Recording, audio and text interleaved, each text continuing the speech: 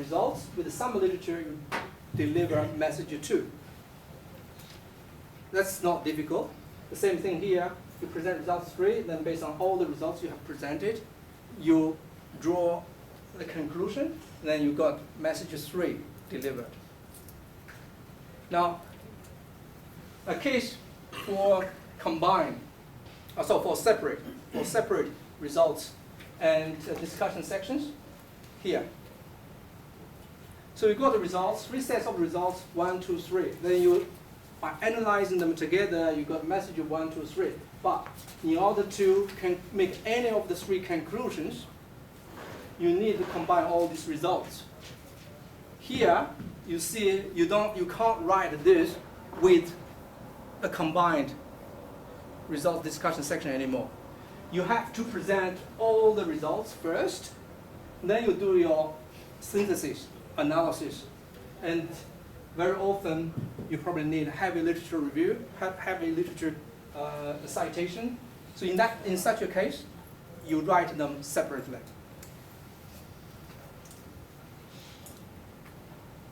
Now, I'd like to say a few words about structuring a paper using the literature in discussion.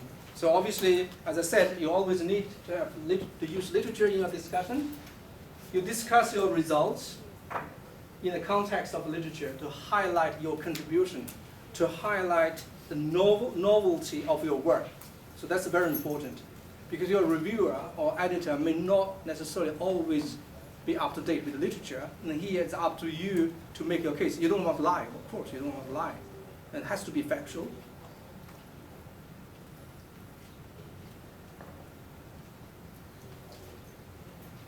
And you want to quote literature to support your findings.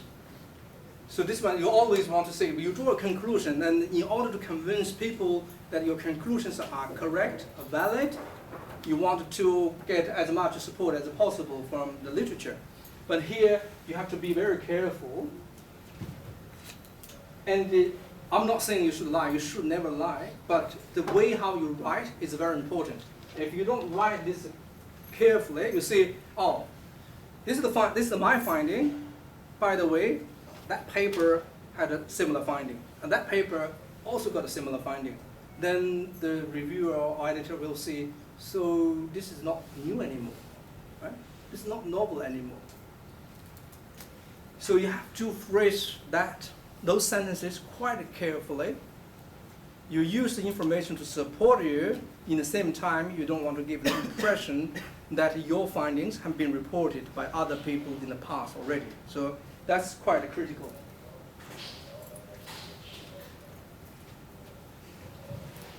Sometimes your results are only adding the last step of the evidence chain, right?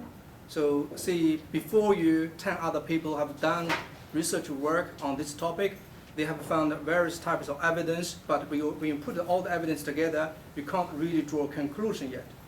However, your research is adding on top of the evidence that is available already, and based on the evidence you have presented, and also that has been reported in literature, you draw your conclusion. And in that case, you need to comprehensively discuss, analyze your results in the context of other experiment findings, because they are together supporting the conclusion you are drawing. Your conclusion is not merely a consequence of your own results. It's based on your results together with the results reported earlier. That's very important. It's very often the case. Very often the case. The others have done a lot of experiments already. You should not ignore the data that have been reported already.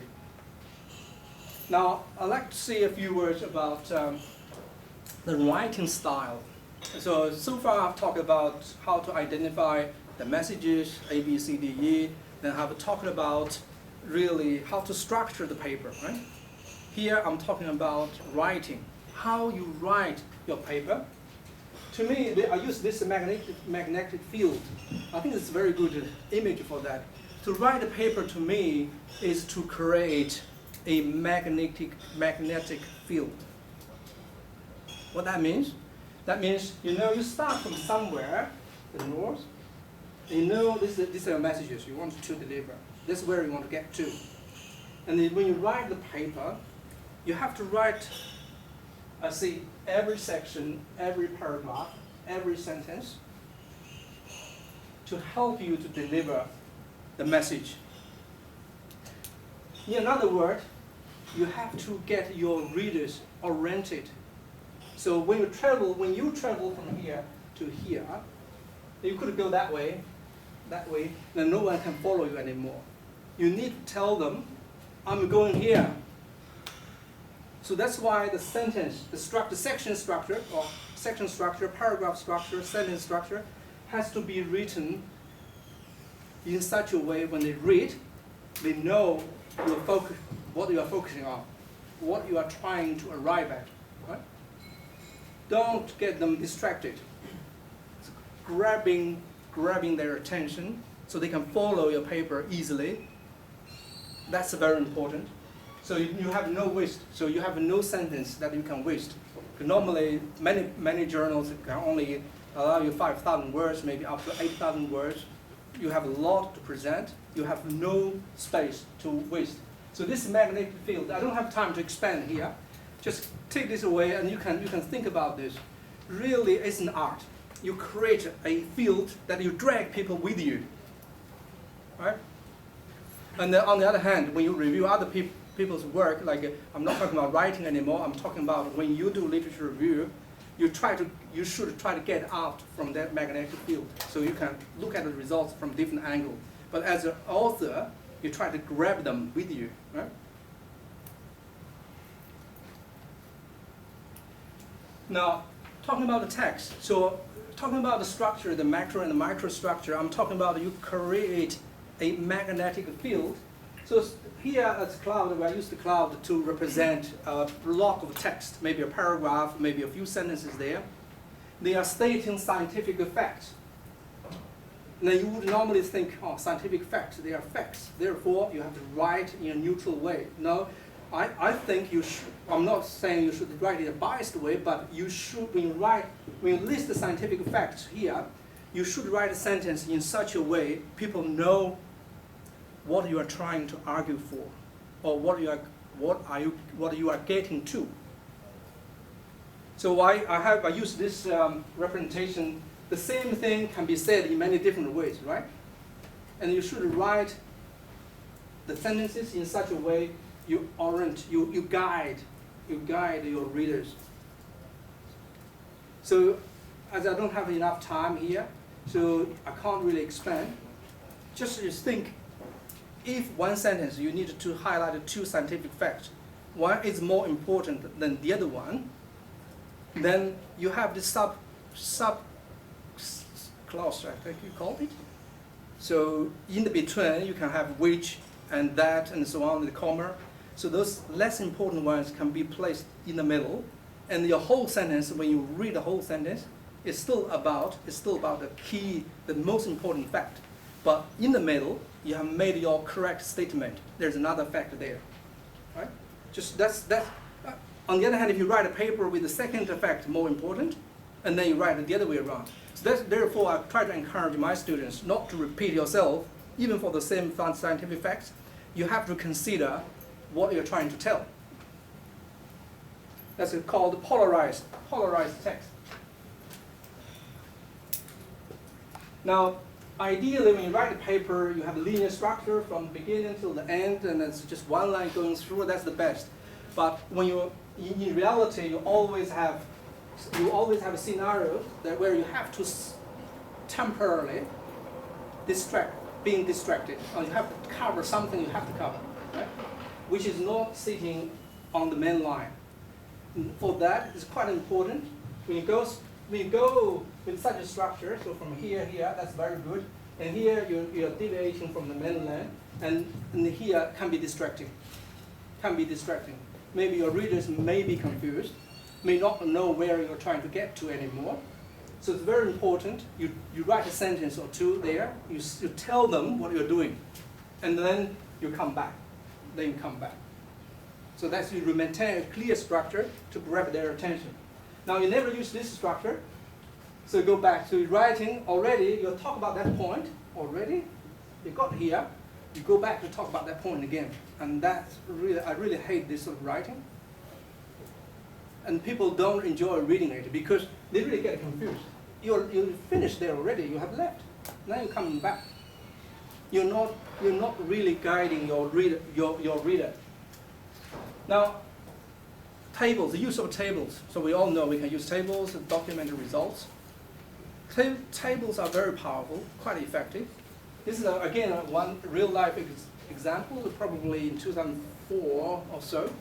And that was the literature review written by one of my PhD students, introduction. So 3 paragraphs reviewing 2 aspects of inhibition. So you don't need to understand the text there. That's not the intention.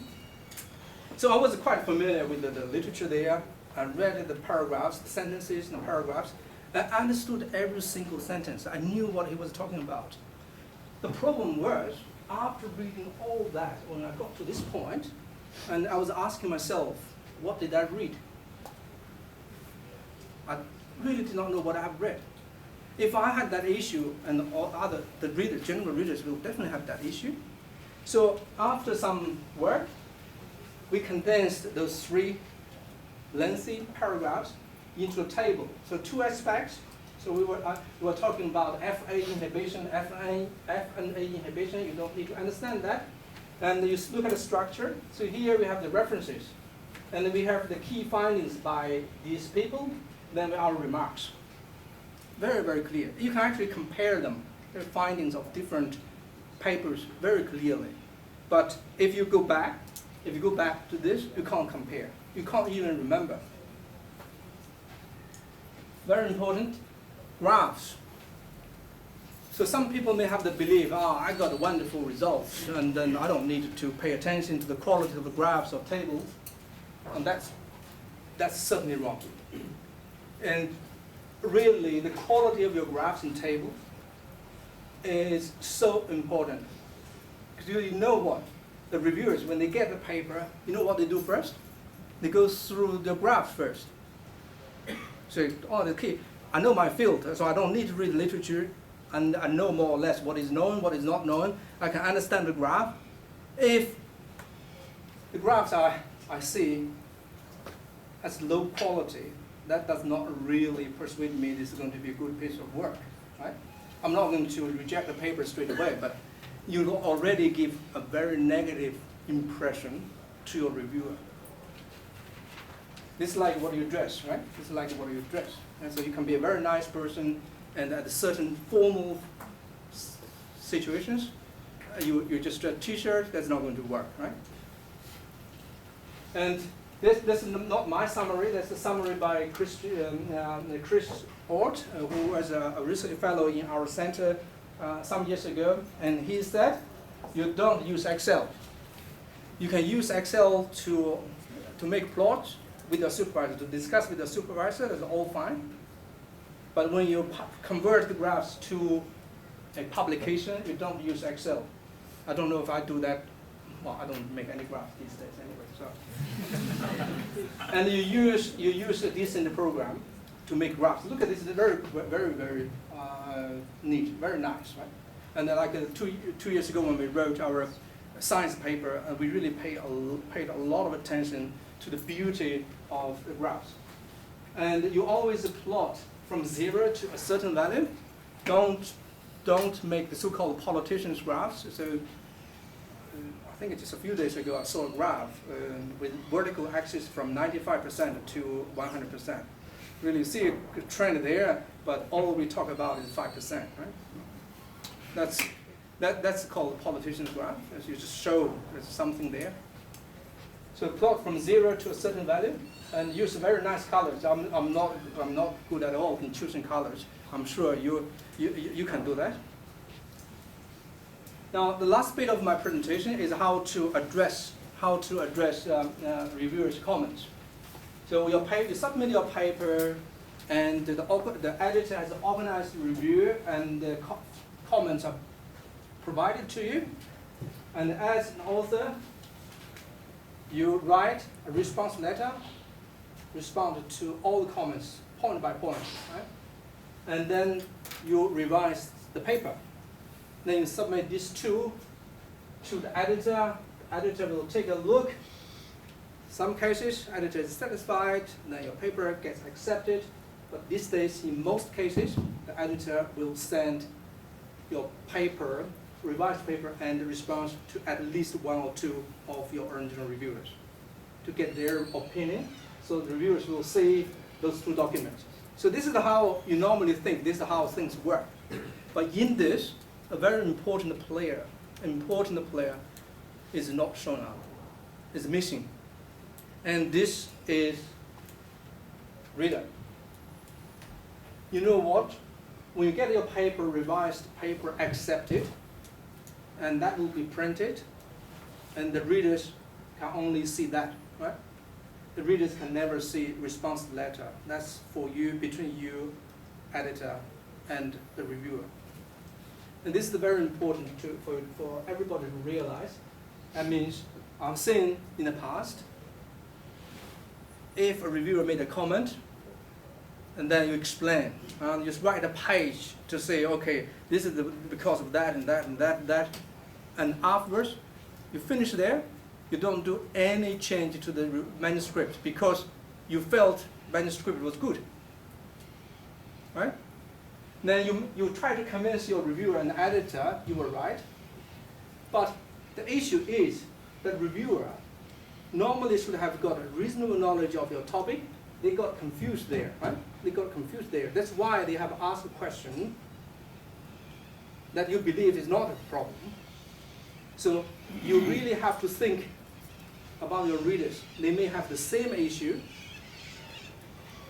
You need to revise your manuscript to clarify. Right? Does it make sense? So you have to keep your reviewer in mind. So some tips for response to comments. You have to understand reviewers seek clarifications on behalf of the readers. Therefore, when you write something in the response letter, you need to, in most cases, you need to make some changes to your manuscript because your readers may have the same issue. So if you believe you are very clear already and the reviewer did not get you, you need to think of a better way of presenting that message. Right? Because the reviewer is innocent. They are reviewing, volunteering their time to review your paper, try to help you to improve the quality. If there's a certain place he did not get it, or he got it wrong, so you feel, oh yeah, he got it wrong. But that's your fault, that's not reviewer's fault. Right? Everybody has got limitations there. If your paper cannot pass the reviewer, if the reviewer cannot understand, then you can assume probably 50% of your readers will not get it. Right? So you need to think that way. Even for stupid remarks, you try to explain and defend in the response letter, but you have typically, you see, okay, this is probably not very clear. I have made some changes, and you don't need to make big changes. Just a few words change, or add one more sentence or two more sentences, and then you get through. Don't avoid the comments. So reviewers, they ask questions. I've seen, I'm a reviewer, I review for many journals. Some authors, they don't know how, maybe they don't know how to address my comment. If you don't know, then you have to work out how to. But to write half a page to address a comment, but it's not the comment I have made. It's not answering the question I've asked. But then that's definitely going to work against the authors. And I will basically say no, reject. Right? So don't avoid. Head on, you have to address the comments. No other ways. Don't fight unless it's really necessary. As of course, sometimes you have different views. So the reviewer has a view and then you have a view. If that's not going to affect the quality of the paper and the key messages and so on, you don't have to say, I disagree. So very often, I disagree with the reviewer. Once that's okay, I disagree with the reviewer.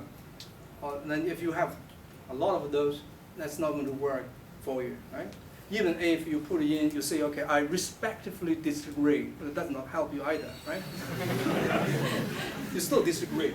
You don't have to disagree with the reviewer. You can make explanations, right? And then, but there are points, critical points. If you cannot argue against the reviewer's comment, you can't get a paper accepted. Fundamental points. And then you have to choose those carefully, and these are the ones you really want to argue very strongly, right? So that means you don't fight on other points. Just leave one or two, and that you really want to argue against. Very often, if you add data, that's a very good thing. So improve the evidence, and also that shows a very positive attitude. So if you can add some data, the data you have got already, or you can do simple experiments, and then you just add data, and that will be very well received. And sometimes, for major revisions, editor may list a number of key things you need to address. It's actually a good idea to write a summary of the key changes you have made to the for the editor. Maybe he will be convinced already. Okay, this is the final one.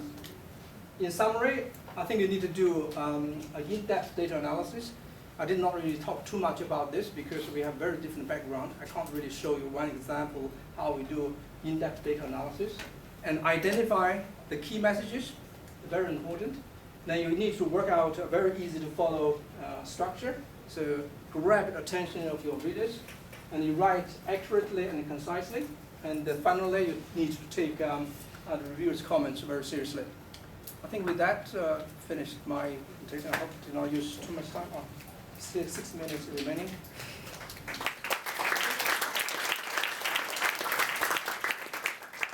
Start on the floor for question. If anyone has any question.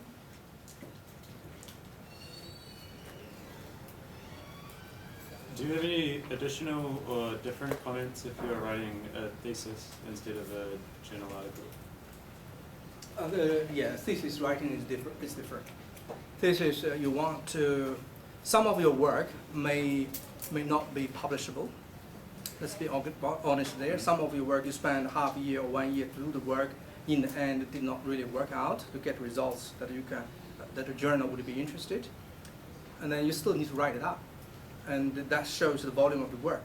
And because of this approach you have taken, and the results you have got, the way how you have analyzed results, leading to some conclusions which may not be that important, but that will convince your examiner that you have done a lot of work and your approach is good, right? And you have followed the right way to do research. So that's the state is very different from the papers.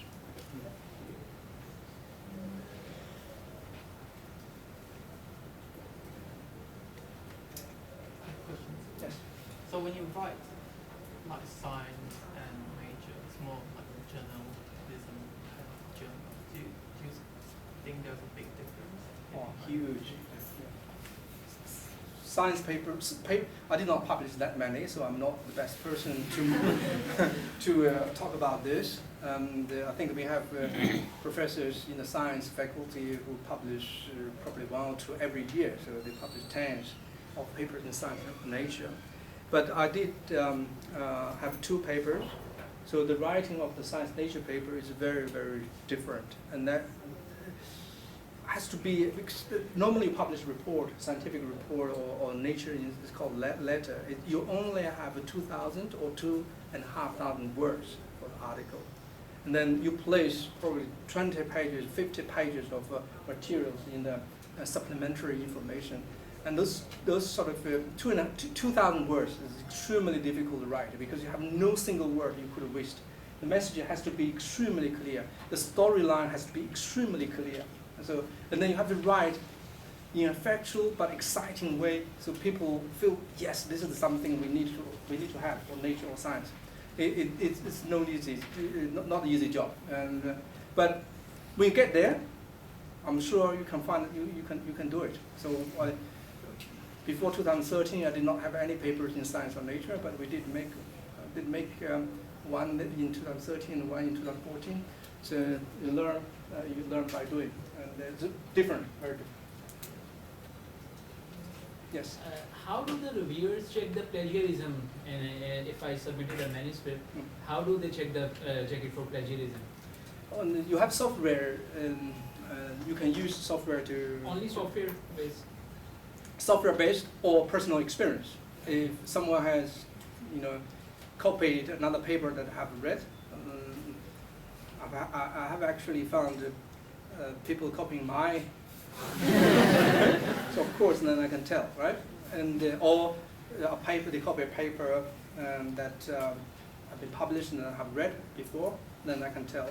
Otherwise, there's a software, and I don't believe most reviewers would do that because that's time-consuming. So typically, editor needs to take some responsibilities there. I think the editorial office should take. That's really not something that a reviewer could do comprehensively, but the editorial office they should be able to do. And also, when you publish a paper, the real examination on that aspect is actually by your readers. And because once you publish a paper, that will be read by many, and sooner or later, if something is copied, sooner or later that will be identified, and they will write it to the editor, and your paper can be withdrawn. And I think just 3 weeks ago, I read one paper, with probably 3 to 5 pages long paper, review paper, probably 3 to 5 pages, more or less copied from a paper written by somebody else in 2008. So that paper was published this year, and quite a large block of text was copied from another paper. I basically sent an email to the author of the 2008 paper, and he confirmed that was really largely copied. I think that paper, those authors will be punished for sure. One question. It's related to the limitation of characters. Like in the highlights, they usually ask for 80. And I think like highlights is very important because it gives you an idea about the paper. And what it happens to me is like I always have problems sometimes like to have a sentence of 80 characters and then maybe you avoid this highlight, or I mean I don't know, like do you think like if I do a highlight longer than 80 characters that could be possible, or what do you think about it? I do not know. As a reviewer, I never checked the length, and I only read. But of course, if you can't write too much longer than 85, and normally it's 85 characters or something. So if it's 90, I probably don't care. And if you write a paragraph, of course, then not going to be accepted. And I do agree with you. The highlights are very important, and you're not the only one who actually have troubles in writing the highlight in 80 or 85 characters. I think most people have problems, but then the fact is most people in the end are able to write highlights within the limit. So there must be ways to do it. Okay.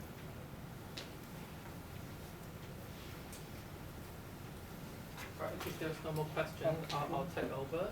There are a few words to say to the Cambridge student in general. So first of all, thank you all for coming. This is a very impressive turnout. We have about 70 people here, which I think is a record breaking for a lot of the seminars that was held in Cambridge. So I mean, with this participation, it's really good in the sense that it shows your support, and this is how we use the number of participation attendance to justify having more seminars such as this. Because every time we say, oh, we want to organize this seminar for this and this, the team, the management level will say, oh, we always get very low attendance. There's no point for us to even supply like a morning tea, like refreshment to come with it. So that's good. So I'm sure you might be aware that we have sent out a survey recently to talk about to get an